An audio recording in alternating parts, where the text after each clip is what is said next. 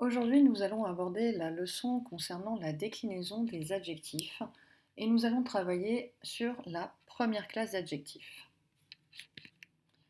Ce que vous devez retenir, c'est qu'il existe en latin deux classes d'adjectifs.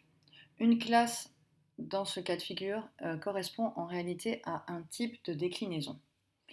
Dans la première classe d'adjectifs, vous verrez que vous allez retrouver les terminaisons que vous connaissez déjà. En effet, les masculins et les neutres se déclinent comme les noms de la deuxième déclinaison, les noms, et les féminins se déclinent comme les noms donc, de la première déclinaison.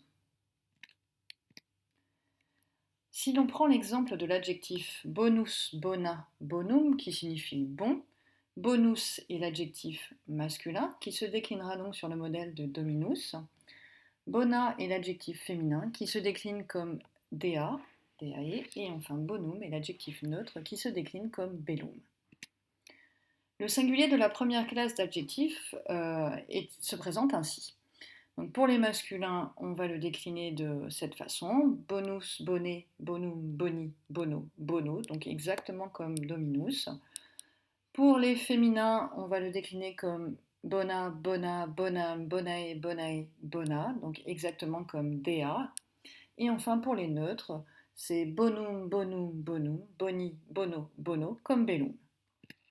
Le pluriel donc, suit cette règle et l'adjectif pluriel masculin sera boni, boni, bonos, bonorum, bonis, bonis.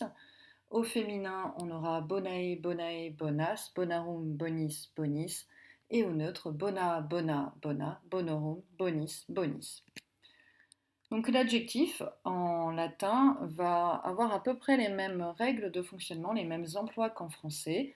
La différence va être que l'adjectif latin va s'accorder en genre et en nombre, donc comme on le fait en français, mais aussi en cas avec le nom qu'il qualifie.